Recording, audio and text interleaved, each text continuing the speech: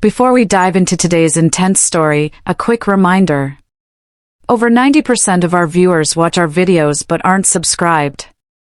If you enjoy content like this, take a second to hit that subscribe button and turn on notifications so you never miss an update. And if you find this story gripping, don't forget to like the video. It really helps us out. My name is Clara, and I've been married to my husband, Daniel, for over 14 years. We met in college, one of those stories people tell at reunions and smile fondly about. He was charming back then, quick-witted, ambitious, and always so sure of where he was going. I was the quieter one, focused, soft-spoken, drawn to stability. We balanced each other in ways that made sense at the time. We got married young, maybe too young. I was just 23, Daniel 25. Our early years were filled with rented apartments, student loans, ramen dinners, and arguments over whose turn it was to do dishes. But we loved each other through it all. At least I thought we did. By the time we hit our mid-30s, things had changed. Daniel had built a successful career in finance, and I'd stepped away from mine to raise our two kids, Lila and James. I was fine with that decision. At first, I told myself being home for the kids was noble, that being the constant presence in their lives would be worth more than any paycheck. But slowly, without realizing it, I started losing pieces of myself. The days began to blur into one another. Early mornings, packed lunches, school drop-offs, grocery lists, meal preps, late nights. Somewhere between Daniel's business trips and board meetings, we stopped talking about anything that mattered. Conversations turned into updates. Hugs turned into routines. Intimacy faded, replaced by the logistics of family life. I didn't blame him entirely. We both let the distance grow. But what hurt the most was how unnoticed I felt. Then last spring, everything began to shift. That was when Aidan moved back next door. He'd grown up 2 houses down, the only child of the Learys, who'd been our neighbors for decades. I remembered Aidan as a bright, energetic kid, always kicking a soccer ball or biking with a pack of other boys. When he turned 18, he left for college in California, and for years we rarely heard about him. But after his mother passed away, he came back, now 23, freshly graduated, and looking after his father, who wasn't doing well health-wise. The first time I saw him again, he was unloading boxes from a U-Haul. I was trimming the hedges out front, and for a second I didn't recognize him. He was tall, broad-shouldered, and had that easy confidence people often carry in their 20s. He smiled when he saw me. "Mrs. Owens?" he asked. I laughed. "You're not allowed to call me that. It makes me sound ancient." He grinned. "Sorry. Clara, then?" That was how it started. Just a smile, a name, a reintroduction. In the weeks that followed, I'd see him often. He'd mow the lawn for his dad, walk their dog, sometimes sit on the porch, reading or talking on the phone. We exchanged the usual pleasantries neighbors do. Weather, news, a shared complaint about garbage pickup delays. Nothing unusual. But it was around midsummer that our conversations started to grow longer. One afternoon, I was struggling with a broken sprinkler head in the backyard. Daniel was away, as usual, and I didn't want to call a plumber for something so minor. Aidan noticed from his porch and came over. "Need help?" he offered. I hesitated, then nodded. "It's embarrassing. I've been wrestling with this thing for 20 minutes. He crouched down beside me and started fiddling with the pipe. I watched him work, focused, patient, even a little amused by my frustration. Within minutes, the sprinkler sputtered back to life. "There," he said, brushing dirt off his hands. "Not so hard." "Easy for you to say," I laughed. From that moment, something changed.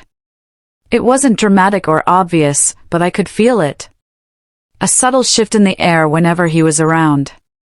He'd wave when he saw me gardening, linger a little longer during our chats, ask me how I was doing, not just in passing, but with genuine interest. And I found myself responding, not just out of politeness, but out of something else. Something I wasn't ready to name. I began looking forward to seeing him. When I baked, I'd bring over extra for him and his dad. When I went out for a walk, I'd glance toward their porch to see if he was out. It wasn't romantic. Not yet. At least I told myself it wasn't. It was attention, kindness, someone noticing me for more than just what I did for others. Then, one afternoon in late August, something happened that tipped the scale. It was a hot day, and the kids were at a friend's house. I was sitting on the porch, drinking iced tea and reading, when Aidan walked over with a folder in his hand. "Hey," he said. "Mind if I pick your brain about something?" He explained he was applying to graduate schools and wanted feedback on his personal statement. I was flattered. He remembered I used to teach English before I quit to stay home. We sat there for over an hour, discussing his essay, goals, dreams.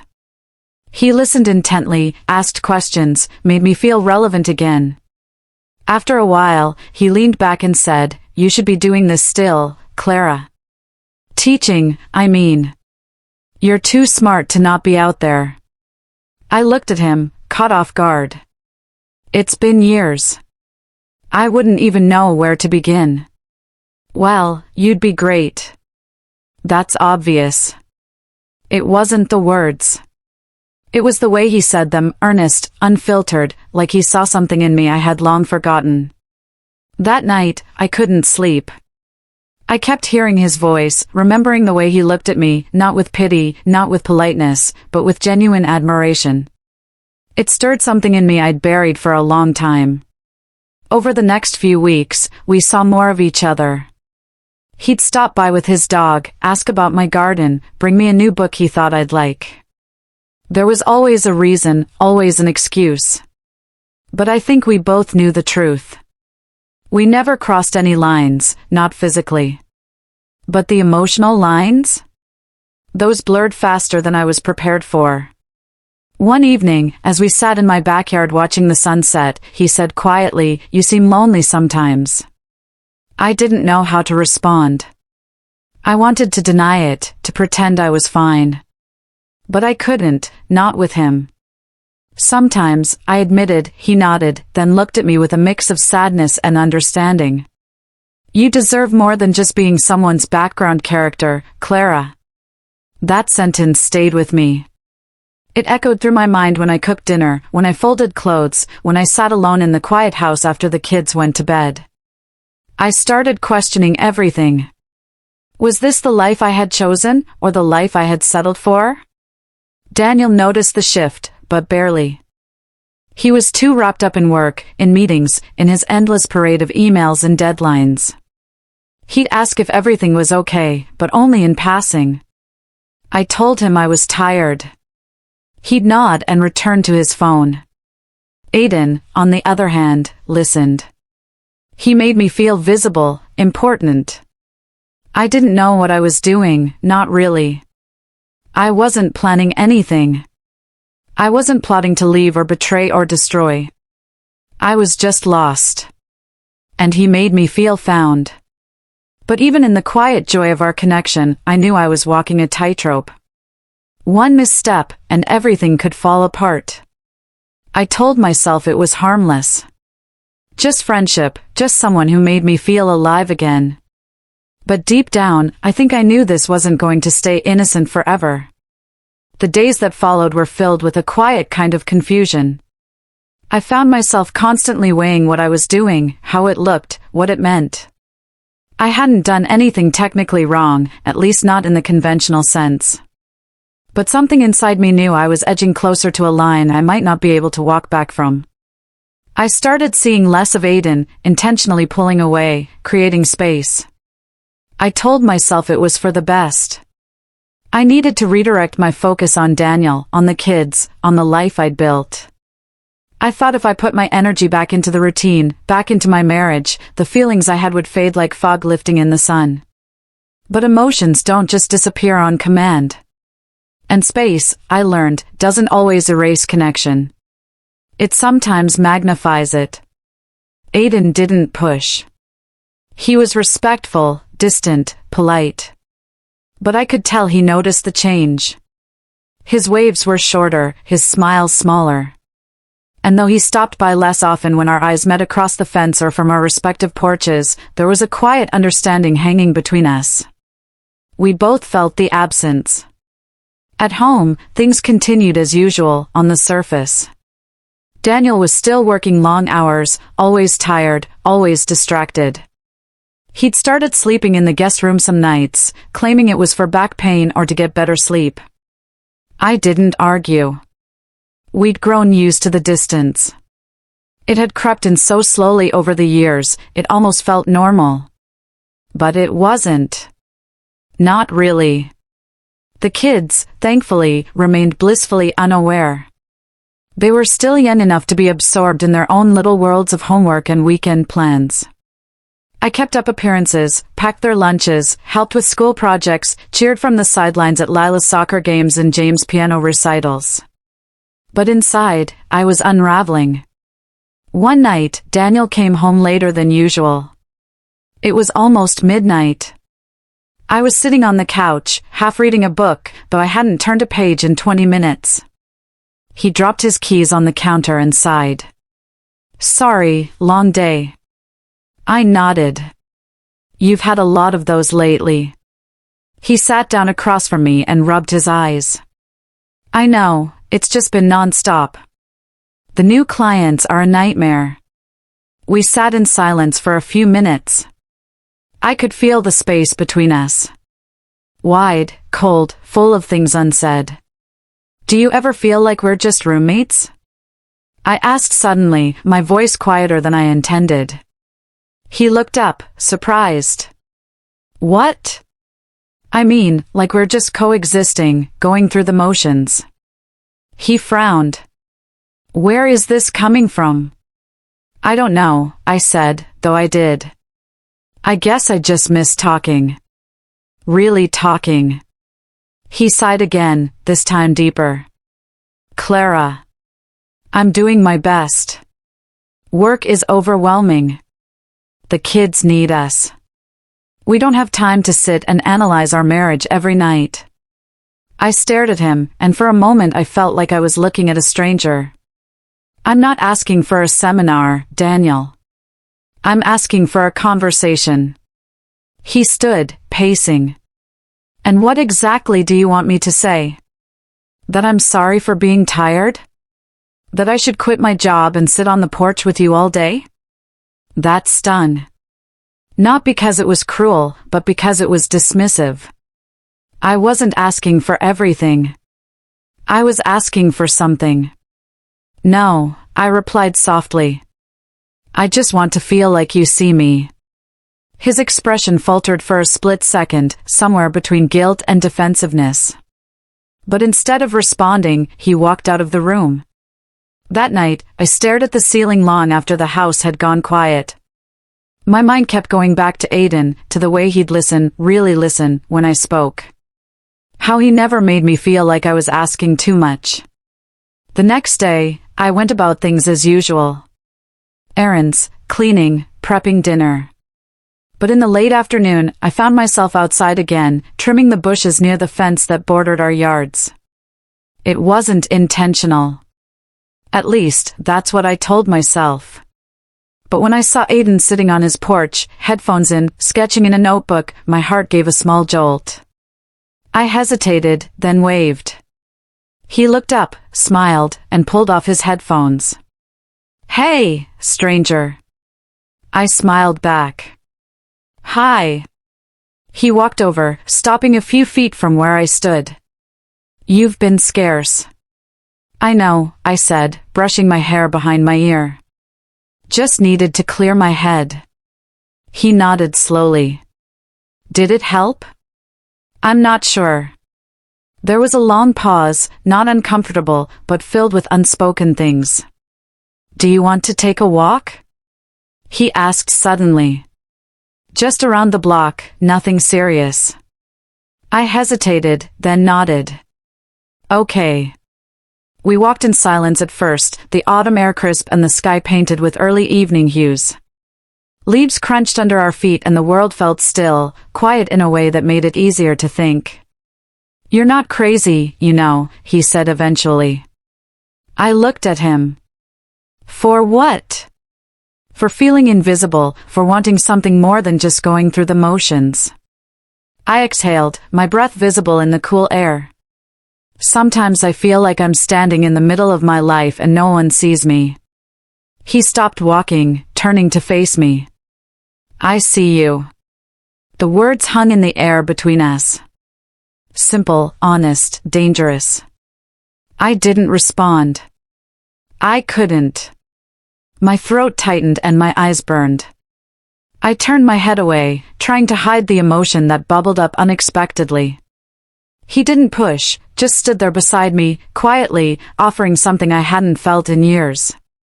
Presence. That night, I sat on the edge of my bed and cried. Not because I had done something wrong, but because I knew where my heart was drifting, and I didn't know how to stop it. The following weeks were filled with tension. I tried to avoid Aidan again, but this time it felt impossible. Our connection was no longer vague or uncertain.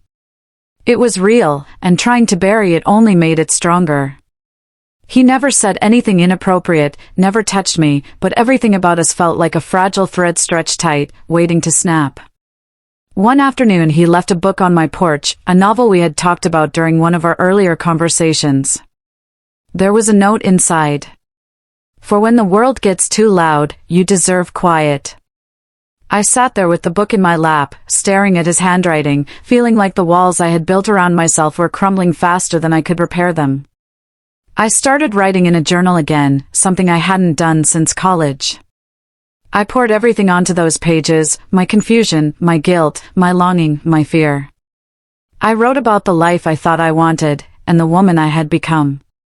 And through it all, one truth kept surfacing. I was emotionally entangled with someone who wasn't my husband. I hadn't physically cheated, but in every other way that mattered, I had stepped outside the boundaries of my marriage. One night, Daniel and I had dinner in near silence. The kids were at their grandparents' for the weekend, and it should have been a rare opportunity to reconnect. Instead, we ate in two separate worlds, the clink of silverware, the only sound between us. Afterward, I cleared the dishes and stood at the sink, staring out the window at the street. That's when I saw Aidan, walking his dog under the streetlights. He looked up toward the house. Our eyes met, and in that instant, I felt everything. The possibility, the guilt, the ache of a life that might never be mine. I turned away quickly, heart pounding, and gripped the counter until my knuckles turned white. I had to make a choice. Whatever happened next couldn't be accidental. It would be deliberate, and I needed to decide who I was going to be. I went upstairs and sat across from Daniel in the bedroom. He was scrolling through emails on his phone. I think we need to talk, I said. He looked up, tired. About what? About us. About everything. He hesitated, then set his phone down. Okay. I opened my mouth to speak, but the words didn't come right away. There was too much. Too much time. Too much silence. Too much of everything that had built up between us. I don't feel like I'm living, I finally said. I feel like I'm surviving, going through the motions, and I don't think I can do it anymore. He looked at me, uncertain. Are you saying you want to leave? I don't know, I said honestly. I'm saying something has to change. He sat back, breathing out slowly.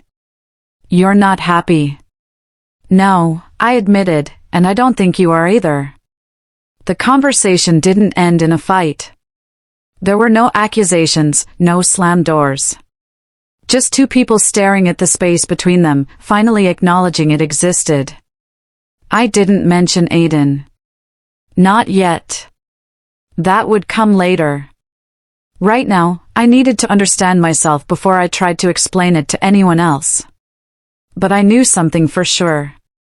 This story, whatever it was becoming, wasn't over. Not yet. The days that followed were filled with reflection. I distanced myself from both Daniel and Aidan, not out of anger, but necessity. I needed clarity. I spent more time alone, walking in the early mornings, sitting in quiet corners of the library, writing in my journal.